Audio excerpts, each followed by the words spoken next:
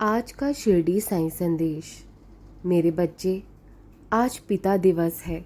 मैं जानता हूँ तुम परेशान हो क्योंकि तुमने अपने पिता को जो खो दिया है, लेकिन तुम अब मुझे अपना पिता मानते हो। तुम्हें अब किसी भी बात की चिंता की कोई आवश्यकता नहीं है। तुम्हारा भरण पोषण मैं करूँगा, तुम्हारी सारी ज़रूरतों को मैं पूरा करूँगा। बस व्यर्थ की चिंताएं छोड़ दो। तुम शाम को मेरे मंदिर आना चाहते हो ना, तो ज़रूर आओ।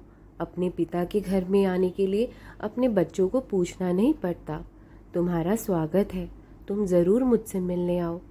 और क्या चढ़ाना है क्या नहीं चढ़ाना, इसकी भी कोई ज़रूरत नहीं। इतने मन में संशय मत लाया करो। मेरी भक्ति बिना संशय के क्या करो, और कभी भी किसी से पूछने की भी कोई ज़रूरत नहीं है। जो तुम्हारे प्रेम पूर्वक की भाव है ना, मेरे लिए यही बहुत है, मेरे लिए यही काफ़ी है।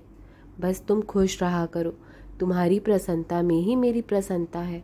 मैं इसी में ही खुश रहता हूँ। जिस चीज़ में मेरे बच्चे खुश रहते हैं, उनकी चेहरे की मुस्कान देख के ही मुझे खुशी मिलती है। हमेशा खुश रहा करो। और हाँ, अगर तुम मुझे कुछ चढ़ाना भी चाहते हो तो मेरे लिए कुछ मत लाना। लेकिन अगर तुम्हारा कुछ मन कर भी रहा है करने का, तो गरीब बच्चों के लिए कुछ कर देना, जिनके पिता नहीं हैं, जो बेसहारा हैं।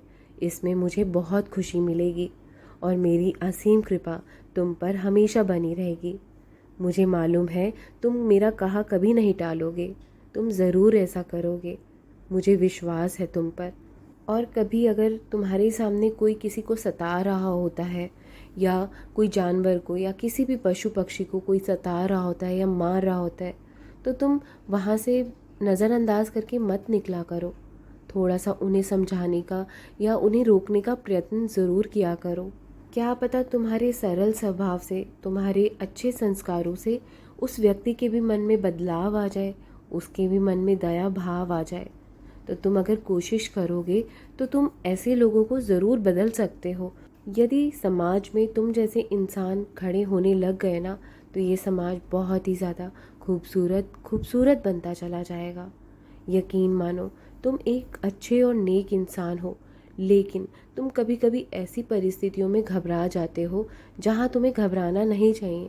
हौसला रखना चाहिए और गलत के लिए आवाज़ ज़रूर उठानी चाहिए।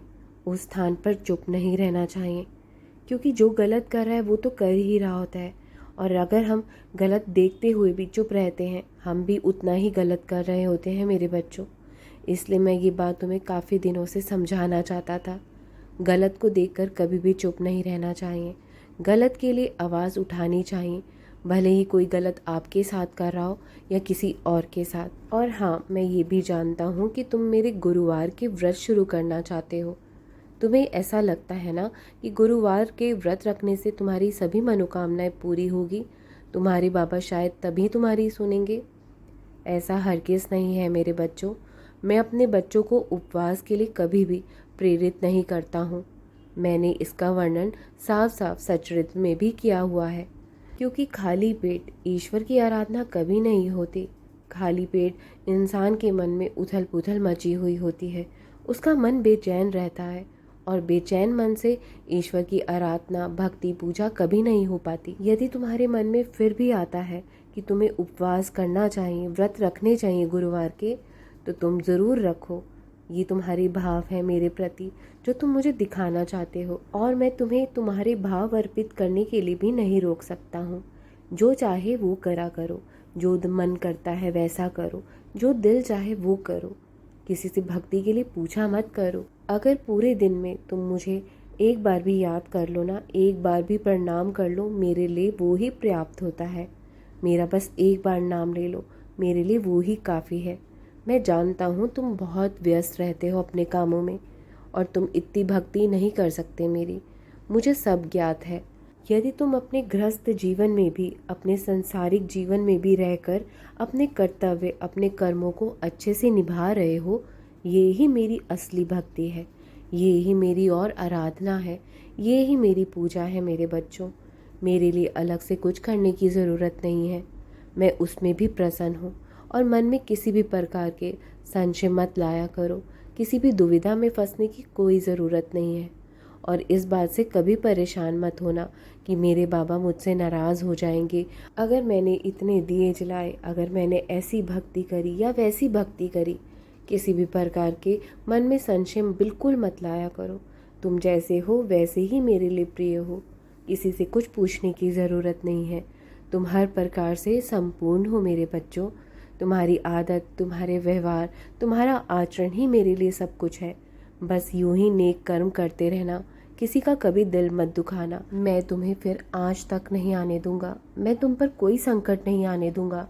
बड़े से बड़े संकट तुम्हारे जीवन में आने से पहले टल जाएंगे। तुम्हारा कोई कुछ नहीं बिगाड़ पाएगा, तुम कभी नहीं हारोगे। तुम जीवन में हमेशा उन्नति की ओर ही आगे बढ़ते रहोगे। हमेशा खुश रहना, मेरा आशीर्वाद तुम पर बना हुआ है। राम कृष्ण हरि, राम कृष्ण हरि, राम कृष्ण हरि।